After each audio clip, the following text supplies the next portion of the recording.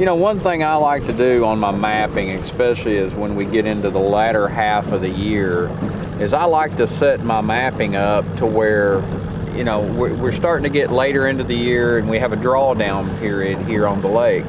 So one thing I like to do is set my shallow water offset and highlights up. And what that does, that just helps me as a fisherman not get out here and run over something and tear up my boat. Now, what I do is I hit menu on my screen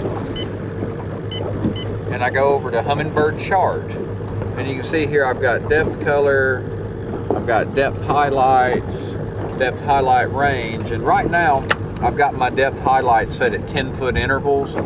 I've got my range set at 3 foot, and my shallow water highlights are at 5 foot, and water level offset. Now offset, Kentucky Lake right now, we're into a drawdown, so we're about, actually we were 4 foot low. We're actually about 3 foot because we've had some rain and the water's come back up.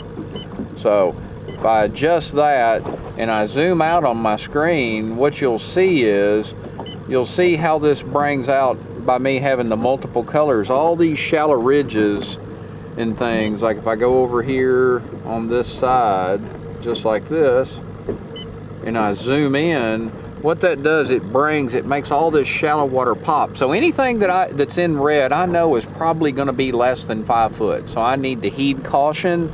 I don't need to run over that because I could hit a stump, I could hit a log, you know. But what that does is, especially this time of year, it makes all these little ditches and points and corners and things, it makes them really pop out and come to life. And it really highlights the stuff that I want to be fishing this time of year. Not just the points, but you know, if the fish get shallow up on top, it highlights these real shallow corners and real shallow points. So, you know, I don't have to get out there and troll around and guess where I'm throwing. I can look on my map and I can see that. So that's one thing I love about these Humminbirds, is the ability to adjust my highlights as reservoirs rise and they fall. If you live on a reservoir that floods, you can add to that. If you go through a drought and a drawdown, you can take away from that. But this is just a tool that I like to use, especially late in the year and throughout the year, to really mostly make me a better fisherman. Another thing you can do is you can set your depth highlights, like say at 15 foot. Well, see, look what happens when I set it at 15 foot. See, it kind of changes the look of the screen. Now I've highlighted all this 15 foot of water in green right here.